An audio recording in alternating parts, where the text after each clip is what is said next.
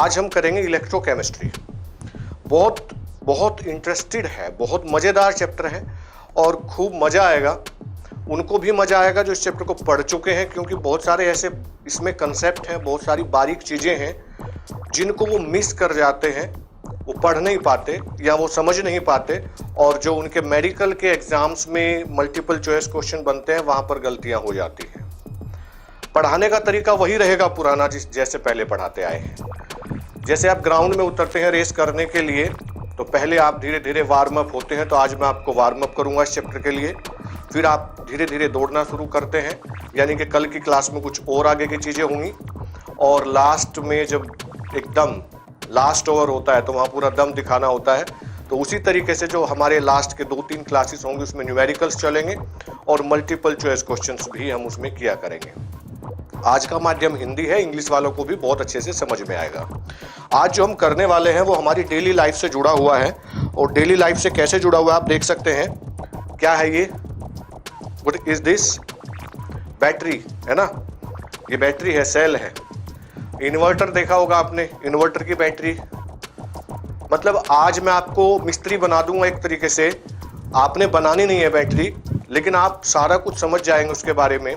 गाड़ी के अंदर बैटरी होती है, डायनोमा होता है, ज़्यादा तो वो एक दूसरा पार्ट इसका होता है फिजिकल केमिस्ट्री, केमिकल फिजिक्स जिसको कहते हैं।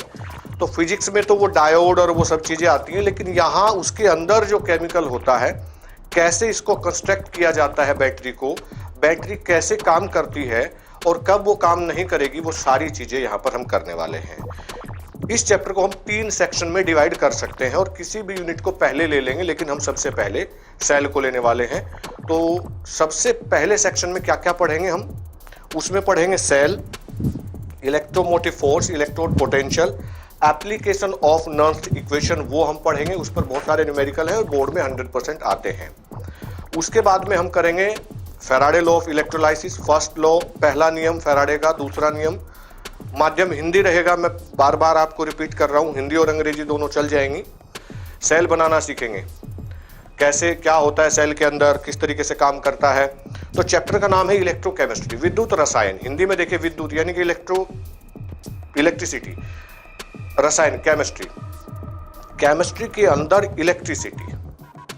तो इलेक्ट्रोकेमिस्ट्री केमिस्ट्री की वो ब्रांच है, ये एक बार और रिपीट कर देता हूं कि पहली क्लास है बहुत बढ़िया से, और आप यहीं से पकड़ के चलेंगे। कभी भी बच्चों मन में ये नहीं आना चाहिए कि मैंने इलेक्ट्रोकेमिस्ट्री पहले पढ़ी है, क्योंकि हमारे इस बैच में कुछ ऐसे भी बच्चे हैं जो 2021 नीट के लिए हैं। तो पहली क्लास बहुत इंट्रोडक्शन की होगी, इसमें मजा आएगा आपको। ये रसायन विज्ञान की वह शाखा है जिसके अंतर्गत हम केमिकल्स जो रसायन होते हैं उनसे विद्युत का उत्पादन करते हैं, और उस डिवाइस को, हिंदी में बोलते हैं युक्ति, उस डिवाइस का भी अध्ययन करते हैं जो इस परिवर्तन को करती है। यानी कि रासायनिक ऊर्जा का विद्युत ऊर्जा में रूपांतरण कराने वाली रसायन विज्ञान की जो शाखा होती है उसी का नाम है इलेक्ट्रोकेमिस्ट्री, विद्युत रसायन। Electrochemistry is a branch of chemistry which deals with the study of conversion of chemical energy into electric energy and the devices involved in this conversion, that is cell। पूरे उसका अध्ययन को हम बोलते हैं इलेक्ट्रोकेमिस्ट्री। होगा क्या इसमें? इसमें होगा सेल क्या है सबसे पहले। अभी यहां एक बात आई ना, आप नोट भी कर लिया करो। क्लास करने का सबसे अच्छा मतलब ये होता है कि तो क्लास रिकॉर्ड रहती है आपके पास में, आप जब मन आए उसको देख लीजिएगा। और आप चूंकि क्लास रेगुलर उसमें चलेंगे ना, तो अपना एक फोल्डर बना लो, लिंक रख लो, चाहे उसमें 1 2 3 4 5 6 ऐसे करके सब लेक्चर सीक्वेंस में होंगे। एक फाइल बना लो कंप्यूटर अगर आपके पास में है, कितना अच्छा होगा। जब भी आपको कोई चैप्टर रिवाइज करना है फट से कर लिया। रजिस्टर लेके बैठा करो, कुछ ऐसी चीजें होती है जो यहाँ लिखी नहीं होती और वो मैं बोल देता हूँ, लिख लिया करो उस समय। तो यहाँ परिभाषा के अलावा एक शब्द आया है सेल। सेल क्या होता है? सेल वो डिवाइस है जो इस कन्वर्जन को करती है। वो ऐसे भी सेल हो सकते हैं, ये वाले सेल भी हो सकते हैं, जैसे निप्पो एवरेडी। अभी हमें नाम लेने में कोई गुरेज नहीं है, किसी भी ब्रांड का नाम ले सकते हैं, पब्लिसिटी का कोई मतलब नहीं है। ये वाले सेल भी हो सकते हैं उसमें।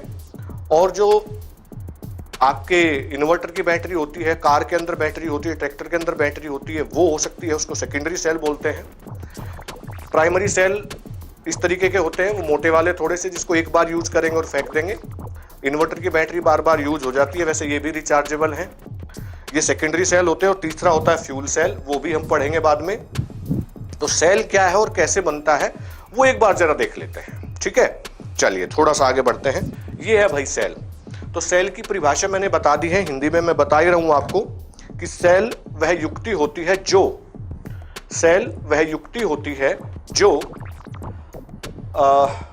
रासायनिक ऊर्जा को विद्युत ऊर्जा में रूपांतरित करती है।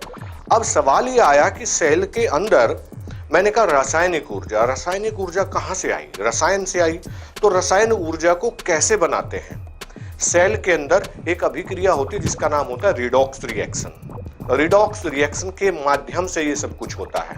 चैप्टर नंबर 8 11वीं क्लास, रिडॉक्स रिएक्शन के नाम से आपने पढ़ ही लिया है उसको। तो रिडक्शन होता है, ऑक्सीडेशन होता है, it means transfer of electron वहां होता है। इलेक्ट्रॉन का स्थानांतरण होता है एक स्थान से दूसरे स्थान पर, और वो ऊर्जा होती है, उस ऊर्जा को कन्वर्ट करना होता है विद्युत ऊर्जा में, वही सेल होते हैं। ठीक है, बात समझ में आ गई है? ठीक है भाई, वीडियो को बिल्कुल शेयर कर लिया करो। और बहुत सारे बच्चे ऐसे हैं जिन्होंने चैनल सब्सक्राइब नहीं किया है, वो कर लें और करवाएं इसको कह के। यही तो आपकी तरफ से हमारे प्रति थोड़ा सा समर्पण होगा कि ज्यादा बच्चे जुड़ेंगे तो थोड़ी एनर्जी आती है कि हाँ चलो बच्चे पढ़ रहे हैं और डाउट पूछ रहे हैं। ठीक है भाई, ओके। नाउ अब सेल होते हैं दो तरीके के सेल होते हैं। एक होता है इलेक्ट्रोकेमिकल सेल और दूसरा होता है इलेक्ट्रोलिटिक सेल। अब दोनों में अंतर क्या है? दोनों में, और ये बेहद इंपॉर्टेंट है, बेहद इंपॉर्टेंट। बहुत सारे बच्चों से मैं पूछता हूं क्लास में, पढ़ाने के बाद भी वो ध्यान नहीं देते। उनको लगता है बस सेल एक ही होता है, प्राइमरी सेकेंडरी टर्शियरी, बात खत्म। लेकिन आप ये देखिए, इन दोनों के अंदर कुछ सिमिलरिटीज भी हैं और डिफरेंस तो ये है कि एक दूसरे का अपोजिट काम करते हैं। इलेक्ट्रोकेमिकल सेल के अंदर रासायनिक ऊर्जा का रूपांतरण होता है वैद्युत ऊर्जा में, और इलेक्ट्रोलिटिक सेल के अंदर आप बाहर से डिवाइस लगा करके इलेक्ट्रिक करंट पास कराते हैं केमिकल के अंदर, वहां पर इलेक्ट्रोलाइसिस होता है। दोनों में ही कैथोड एनोड तो होंगे, वो सिमिलरिटी होगी। तो बस आज की जो हम क्लास है वो इस पे केंद्रित रखेंगे और पूरा एक्सप्लेन कर लेंगे, क्योंकि अगर ये चीज आपको बहुत बढ़िया से समझ में आ गई, मुझे पूरा यकीन है फिर पूरा चैप्टर आपका खूब बढ़िया से हो जाएगा। इसी पर केंद्रित रहेगी आज की क्लास। इसका निचोड़ निकाल देते हैं, जैसे गन्ने का निकालते हैं ना, इसका निकाल देते हैं आज।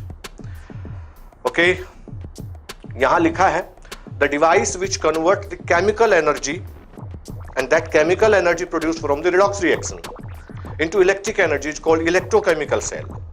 Most common electrochemical cell is galvanic cell. मतलब galvanic cell सबसे अच्छा एग्जाम्पल आप लेकर के चलिए, या ये कह सकते हैं इलेक्ट्रोकेमिकल सेल की जगह आप बोल सकते हैं गैल्वेनिक सेल। जैसे कुछ होता है ना कि उसका एक कॉमन एग्जाम्पल है। जब भी आप मार्केट में कुछ टूथपेस्ट लेने जाते हैं, हमारी आदत हो गई, बोलते भैया कोलगेट है क्या तुम्हारे पास? वो कहता है, वो भी पूछता है कौन से वाला कोलगेट, भैया क्लोजअप दे दो, जबकि कोलगेट एक ब्रांड है। तो गैल्वेनिक सेल का इलेक्ट्रोकेमिकल सेल के साथ में नाम ठीक वैसे ही जुड़ा हुआ है, आप ये भी बोल सकते हैं। ये होते हैं इलेक्ट्रोकेमिकल सेल। यहां पर मैंने एक डिवाइस बनाई है, इसको जरा समझने का प्रयास कीजिएगा। सेल जब भी बनता है इलेक्ट्रोकेमिकल सेल, तो दो इलेक्ट्रोड होते हैं। अब इलेक्ट्रोड क्या होते हैं, ये देखिए, सपोज करिए मेटल है, ये कॉपर है, तो मेटल की रोड को ही इलेक्ट्रोड कहा जाता है। ये पेन जो है, मैग्नेटिक पेन है, ये मेटल की रोड को ही इलेक्ट्रोड कहा जाता है। तो दो इलेक्ट्रोड हैं यहां पर जो हमने लिए हैं। सेल समझा रहा हूं आपको। इसमें बहुत ध्यान रखना होता है कि राइट हैंड और लेफ्ट हैंड, आप अपने स्क्रीन पर देख लीजिएगा कैसे। राइट हैंड ये है मेरा, है ना, राइट हैंड। वजह क्या है, ऐसा क्यों बोल रहा हूं? चूंकि रिडक्शन राइट हैंड, ऐसा कुछ करके इसमें मुझे समझाना है आपको। दो सेल हैं, दो इलेक्ट्रोड मैंने लिए हैं। सेल क्या होता है, ऐसी डिवाइस से बना होता है। ये इधर का एक आधा सेल बोला जाता है, हाफ सेल। इधर वाले कंटेनर को आधा सेल बोलते हैं, और आधे सेल से कुछ नहीं होता है, दोनों को मिलाना पड़ेगा। मजा कब आएगा? जब दो पहलवान कुश्ती करेंगे और उनसे रिजल्ट निकलेगा, दोनों में फ्रैक्शन होगा, वही होता है यहां पर। यहां मैंने जिंक का, यहां पर ये जिंक की रोड मैंने लगाई है, ये जिंक की रोड है Zn, और यहां पर सॉल्यूशन भी उसी का भरना है जिसका आप इलेक्ट्रोड लेते हैं। मैंने यहां पर जिंक सल्फेट सॉल्यूशन ले लिया है, एक्वा सॉल्यूशन। और इधर मैंने ये आप देख रहे कलर भी ऐसा ही है कुछ इसका। यहां पर मैंने कॉपर की रोड ली है, कॉपर की, राइट हैंड साइड में कॉपर की रोड मैंने ली है। और यहां पर ये जो सॉल्यूशन भरा है, कॉपर सल्फेट का सॉल्यूशन मैंने भरा है। यहां पर कॉपर सल्फेट जब तक एनहाइड्रस है तब तक वो कलरलेस होता है, लेकिन जैसे ही वो हाइड्रेटेड हो जाता है, वातावरण से मॉइस्चर एब्जॉर्ब, ह्यूमिडिटी एब्जॉर्ब कर लेता है, तो वो नीले कलर का होने लगता है। इसको आम भाषा में अगर आप किसी पंसारी की दुकान पे जाएंगे तो नीला थोता के नाम से जाना जाता है इसको, नीला थोता, जो कि एक पॉइजन होता है, लेकिन कुछ दवाइयों में काम आता है कहीं ना कहीं पर। ये मैंने कहा कॉपर का, यहाँ पर कॉपर की रोड मैंने ली है ये, और उसी के सॉल्यूशन में कॉपर सल्फेट के एक्वा सॉल्यूशन में डिप कर दी। दोनों सॉल्यूशन को आपस में जोड़ने के लिए मैंने यहाँ पर एक ये इस तरीके का एक ब्रिज लिया है। देखिए ये ब्रिज जैसी स्ट्रक्चर मैंने यहाँ ली है, ये ऐसा होता है, अंदर से खुला हुआ है ना। इसके बारे में बताऊंगा, इस पर एक अलग से क्वेश्चन बनता है, अलग से लिखवाऊंगा अभी, इसके जस्ट बाद लिखवा दूंगा। साल्ट ब्रिज बोलते हैं इसको। साल्ट ब्रिज क्या होता है, उसके क्या क्या फंक्शन होते हैं, इस पर भी एक बार क्वेश्चन आया था IIT या AIEEE में। उन्होंने पूछा था कि अगर सेल के अंदर से साल्ट ब्रिज को निकाल दें तो क्या होगा।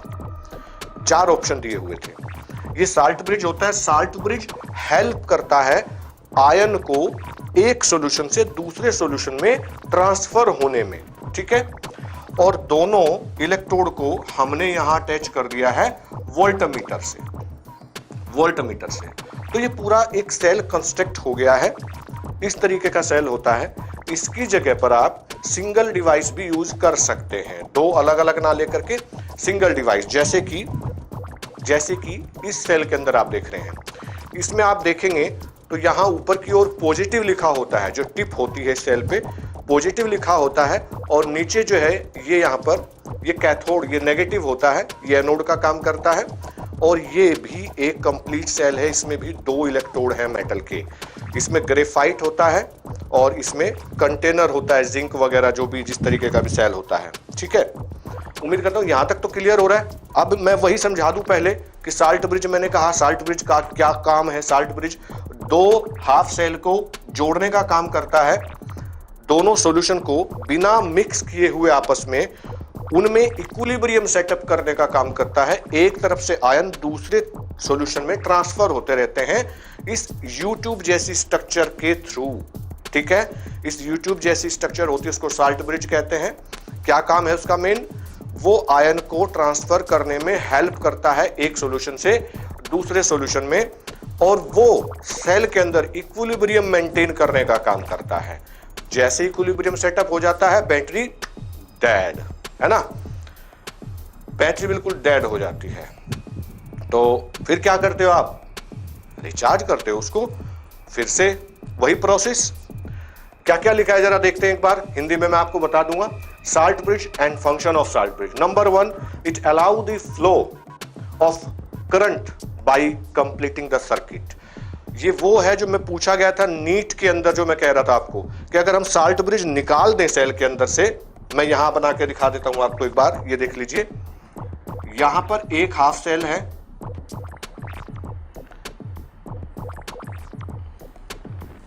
ये ऐसे बनेगा, नीचे तो ये नहीं आएगा नीचे, है ना। इसको थोड़ा सा ठीक कर लेते हैं, दोबारा बना लेते हैं इसको, इधर वाले को दूसरे कलर से अच्छा लगेगा। ऐसे ये 2 हाफ सेल मैंने लिए, और आपने ये वाली जो स्ट्रक्चर देखी है ना, इसको बोला जाता है साल्ट ब्रिज, साल्ट ब्रिज। और इसके अंदर आयन ट्रांसफर होते हैं, सॉरी हाँ, आयन ट्रांसफर होते हैं इसके अंदर एक सॉल्यूशन से दूसरे सॉल्यूशन में। अगर मैं इसको निकाल देता हूं तो इधर इलेक्ट्रोड तो लगे हुए थे दोनों तरफ, और ये जुड़े हुए थे वोल्टमीटर से, जहां पर आपको ओवरऑल पोटेंशियल का पता चलता है। ध्यान से समझिएगा, सुनिएगा इस बात को, एक भी चीज स्किप कर दी तो सारा डैमेज हो जाएगा, ये पहले ही बता रहा हूं आपको, क्योंकि फिर इलेक्ट्रोड पोटेंशियल का जिक्र आएगा, फिर स्टैंडर्ड इलेक्ट्रोड पोटेंशियल आएगा, फिर इलेक्ट्रोकेमिकल फोर्स आएगा, उसके बाद नर्स्ट इक्वेशन आएगी, यहीं से चीजें यहीं से चलती है। अगर मैं ये साल्ट ब्रिज निकाल दूं तो क्या हम इस सेल से तब भी करंट प्राप्त कर सकते हैं? क्या ये कंप्लीट सेल है? ये कंप्लीट सेल नहीं है, ये कंप्लीट सेल बिल्कुल भी नहीं है।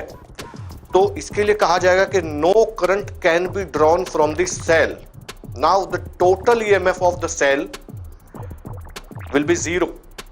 फिर भूल गया, हिंदी माध्यम वाले बच्चे नाराज नहीं होना, हिंदी में बता रहा हूं।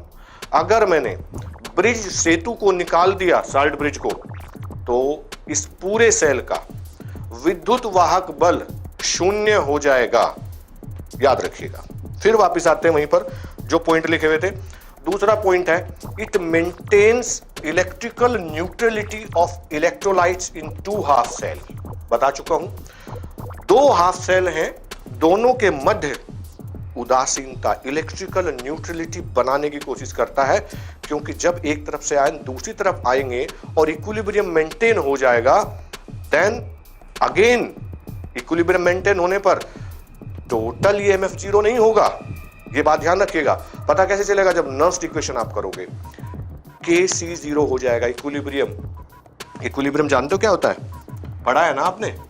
Kc प्रोडक्ट की कंसंट्रेशन अपॉन रिएक्टेंट की कंसंट्रेशन, और जब ये कांस्टेंट आ जाएगा, ये कांस्टेंट हो जाएगा या कहिए बराबर हो जाएगा, अगर बराबर मैं मान लेता हूं, चलो 10/10 1 हो गया, तो जब उसमें पुट करते हैं वो वैल्यू जीरो आ जाती है। किसमें? नर्स्ट इक्वेशन में जो आगे आएगी।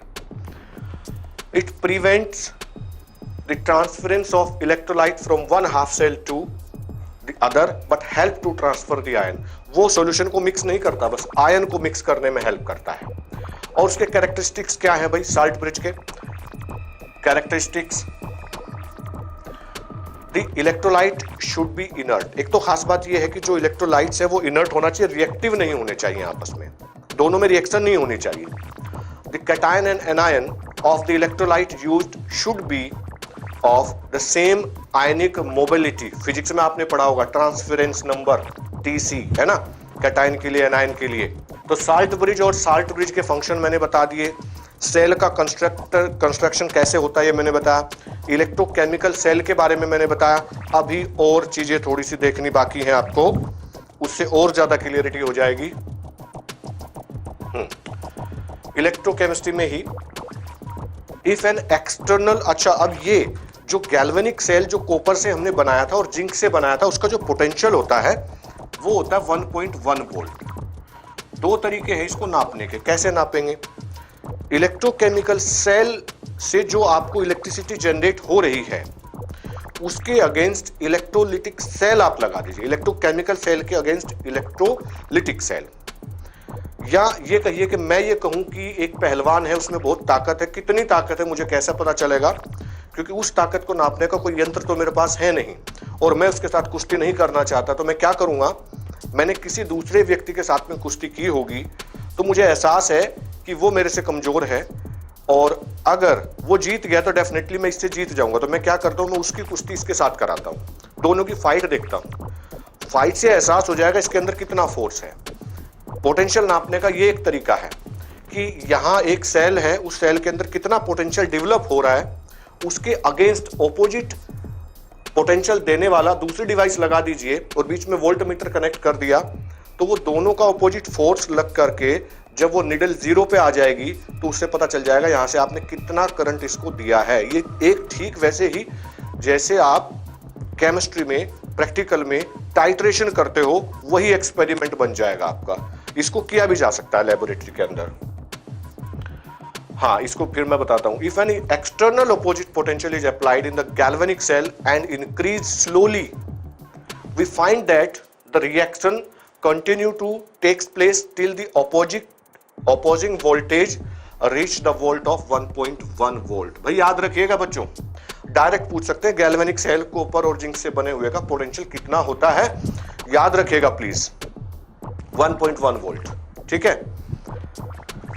और मैं आप कॉपी ले लीजिएगा, कॉपी लेकर के ये पॉइंट नोट करने, इन पे डिस्कस करेंगे, बहुत इंपॉर्टेंट है, बोर्ड में भी डायरेक्ट पूछा जाता है। इलेक्ट्रोकेमिकल सेल और इलेक्ट्रोलिटिक सेल में डिफरेंस लिखिए, है ना। समानता भी होती है लेकिन डिफरेंस क्या है, एक तरफ मैंने लिखा इलेक्ट्रोलिटिक सेल, दूसरी तरफ गैल्वेनिक सेल मैंने नाम दिया है इसको। गैल्वेनिक सेल मतलब electrochemical cell.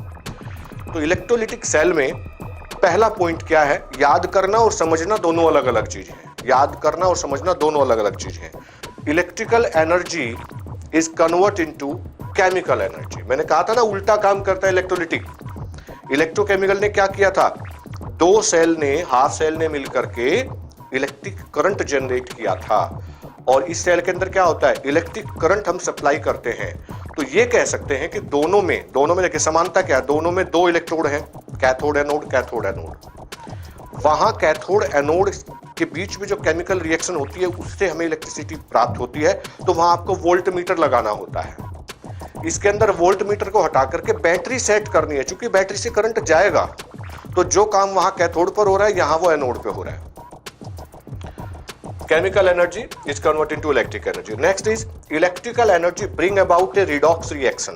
Definitely it will start back to a redox reaction. And in this side क्या होता है, redox reaction से एक ऑक्सीकरण अपचयन अभिक्रिया से विद्युत प्राप्त होती है, इलेक्ट्रिसिटी जनरेट होती है। Next third is anode is positive while cathode is negative in this cell. ठीक है, इसमें उल्टा हो जाता है, एनोड इज नेगेटिव। बहुत बच्चे कंफ्यूज होते हैं भाई, सच बता रहा हूं।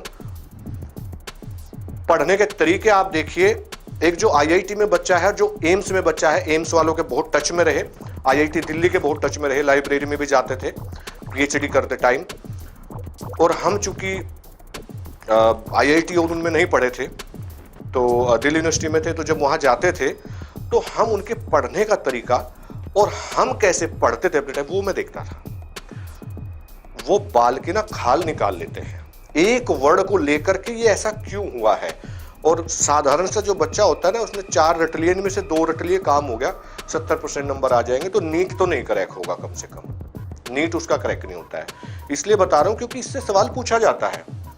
NaCl का, एक्वा सॉल्यूशन का इलेक्ट्रोलाइसिस करने पर एनोड पर क्या प्राप्त होता है, ऐसे करके। अब बच्चा क्या सोचेगा, या तो सोडियम जाएगा या क्लोरीन जाएगा, आप बता दीजिएगा क्या जाएगा वहां पर, सोचिए।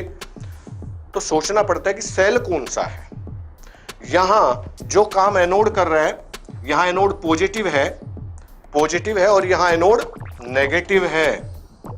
ठीक है, इसमें ऑक्सीडेशन का काम करता है, इसमें रिडक्शन का काम करता है। वो redox reaction takes place in the same container. Electrolytic cell में सेम कंटेनर के अंदर रिडॉक्स रिएक्शन होती है। इसमें क्या होता है, oxidation and reduction reaction are carried out separately, जैसे मैंने 2 हाफ सेल अभी बनाए थे। ठीक है, उसके बाद no salt bridge is required. Electrolytic cell में कोई भी सेतु नहीं चाहिए। ठीक है, इसमें कोई साल्ट ब्रिज नहीं चाहिए, लवण सेतु नहीं चाहिए, इसमें जरूर चाहिए। Ions are discharge at both the electrodes, लेकिन यहां क्या होता है, ions are discharge at the cathode while anode is consumed.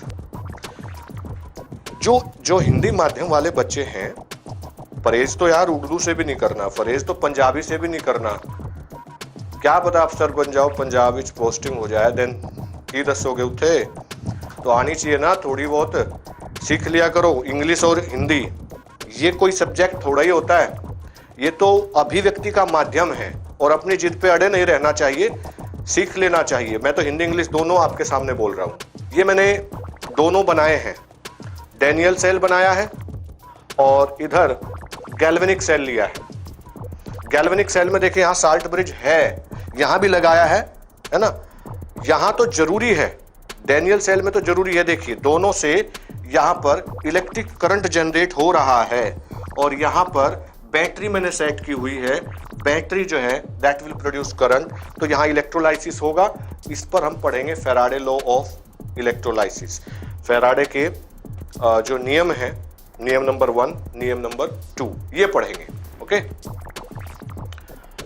Electrolytic cell के बारे में कुछ थोड़ा सा समझ लीजिए, बहुत इंटरेस्टेड है, बहुत interested. It now function as an electrolytic cell a device, यहां से पढ़िएगा, इसको छोड़िए, a device for using electrical energy to carry non spontaneous chemical reaction. अच्छा, ये बहुत इंपॉर्टेंट बात आ गई है। ये एक्चुअली एनसीईआरटी का मुझे बहुत अच्छा लगा।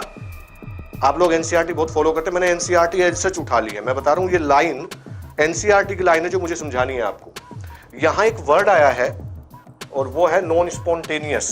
कहां गया भाई? ये रहा। ये कैसे समझेंगे इसको? हमने 2 हाफ सेल ले लिए, ये ले लिए, और अपनी मर्जी से हम सोचते हैं कि इलेक्ट्रोड ले लेते हैं। यहां पर उसका ले लिया, किसी ने सिल्वर का, किसी ने जिंक का, किसी ने कॉपर का। तो क्या इस सेल से हमें इलेक्ट्रिक करंट जनरेट हो जाएगा? Electricity, chemical energy electrical energy में कन्वर्ट हो जाएगी? या मैं ये कहूं कि यहां जो वोल्ट मीटर लगाया उसमें कुछ इफेक्ट आएगा? कैसे पता चलेगा? दोनों का आपको इलेक्ट्रोड पोटेंशियल चेक करना पड़ेगा। पता होता है, मैंने ये इलेक्ट्रोड लिया है, इलेक्ट्रोड पोटेंशियल भी समझाता हूं अभी। और दोनों का रिजल्ट देखना पड़ेगा। दोनों का रिजल्ट अगर पॉजिटिव आता है तो यस, ये सेल बनेगा, और दोनों का रिजल्ट नेगेटिव आता है तो क्या करना है आपने? इस वाले को इधर सेट कर दो, इस वाले को इधर सेट कर दो। यानी कि जिसका ऑक्सीडेशन हो रहा था उसको रिडक्शन कर देते हैं, जिसका रिडक्शन हो रहा था उसको ऑक्सीडेशन पे लगा देते हैं, तो फिर वो सेट हो जाएगा। तो ये चेक करना कि 2 दिए गए इलेक्ट्रोड से क्या हम एक सेल को बना सकते हैं।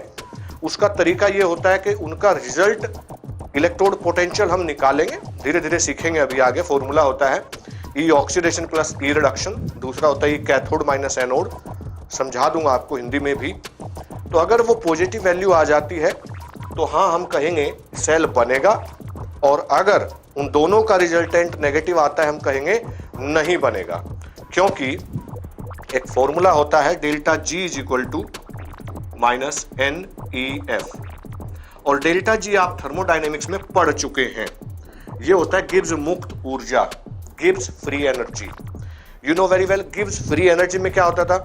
वो बताती है कि वो रिएक्शन स्पॉन्टेनियस होती है, यानी कि स्वतः होने वाले प्रक्रम वो होते हैं जिसमें डेल्टा जी की वैल्यू नेगेटिव आएगी। और आप देखिए यहां नेगेटिव साइन, ये नेगेटिव वैल्यू जब आएगी जब ये ई पॉजिटिव होगा। अगर ये ई ऑलरेडी नेगेटिव होगा तो ये प्लस आ जाएगा, और डेल्टा जी प्लस होने का मतलब yes, it is not possible. ठीक, बात समझ में आ गई है? वापस चलते हैं वहीं पे जहां से आए थे। ये सारा कुछ मैंने बनाया था। इसके बाद हाँ, वही चीज, ये जो मैंने अभी आपको समझाया ना, वो सारा कुछ यहां लिखा हुआ है। कैथोड, एनोड किस तरीके से होगा, ये सारा कुछ आपको सारे लेक्चर अटेंड करने। बीच में एक भी लेक्चर आपने छोड़ दिया तो मेरी गारंटी नहीं। इलेक्ट्रोड पोटेंशियल क्या होता है? इलेक्ट्रोड तो जानते हैं ना आप, मेटल रोड को इलेक्ट्रोड कहते हैं। पोटेंशियल का मतलब होता है ताकत, power, efficiency, that is called potential. So what kind of potential, किसकी बात कर रहे हैं हम? क्या करता है इलेक्ट्रोड? इलेक्ट्रोड को उसको अपने सॉल्यूशन में डुबोया जाता है। वहां वो 2 काम करता है, या तो वो इलेक्ट्रॉन रिलीज करेगा या वो इलेक्ट्रॉन एब्जॉर्ब करेगा। सो डेफिनेशन क्या होगी, इंग्लिश में बताऊं फिर हिंदी में बताता हूं। It is tendency of an electrode to lose और gaining of electron when it dip in their own solution, that is called electrode potential. Electrode विभव वह होता है जिसके अंतर्गत कोई भी इलेक्ट्रोड जब उसको अपने जलीय विलयन में डुबोया जाता है तो उसके इलेक्ट्रॉन त्याग करने की या ग्रहण करने की जो शक्ति होती है उसको हम इलेक्ट्रोड विभव कहते हैं। अगर हम इसकी गणना कर रहे हैं 25 डिग्री सेल्सियस तापक्रम और 1 एटमॉस्फेरिक प्रेशर पर, तो इसको हम मानक इलेक्ट्रोड विभव भी कहते हैं। और हाइड्रोजन इलेक्ट्रोड को एक मानक इलेक्ट्रोड विभव के रूप में काम किया जाता है, क्योंकि हाइड्रोजन का जो इलेक्ट्रोड विभव है, इलेक्ट्रोड पोटेंशियल है, वो 0 होता है। तो एक तरफ हाइड्रोजन इलेक्ट्रोड लेते हैं, और हाइड्रोजन जो इलेक्ट्रोड एक्चुअली मेरे से टूट भी गया था एमएससी में, याद आ गया मुझे भाई, कहानी बता दूं। एक्चुअली हाइड्रोजन एक गैस होती है। तो गैस, मैंने कहा इलेक्ट्रोड तो वो होता है जो मेटल की रोड हो। अब गैस को आप कैसे खड़ा करोगे? तो गैस के साथ में एक प्लेटिनम का वायर लगा होता है। चूंकि प्लेटिनम की खास बात ये होती है, प्लेटिनम ऑक्सीजन से रिएक्शन नहीं करता। प्लेटिनम मोस्टली किसी से रिएक्शन नहीं करता। आपने देखा होगा कुछ कॉम्प्लेक्स बनते हैं, लेकिन ये माना जाता है कि नहीं करता वो। तो वो कांच का बना होता है। उस जमाने की बात है, 2002 की, इन 2002। तो ड्यूरिंग माई प्रैक्टिकल, अब थोड़े से लापरवाह तो हम भी थे, आप नहीं होना, वो हाथ से छूट गया और वो टूट गया। और किसान फैमिली से बिलोंग करते थे, तो 1200 रुपये का आता था। तो टीचर ने कहा जमा कराओ आज ही अभी। अब कहाँ से लाए, कैसे लाए, आगे की कहानी में नहीं बताता कि कैसे हुआ, क्या हुआ। आप समझ सकते हैं सारी बात को। Now come back. मैंने समझा दिया है आपको, है ना।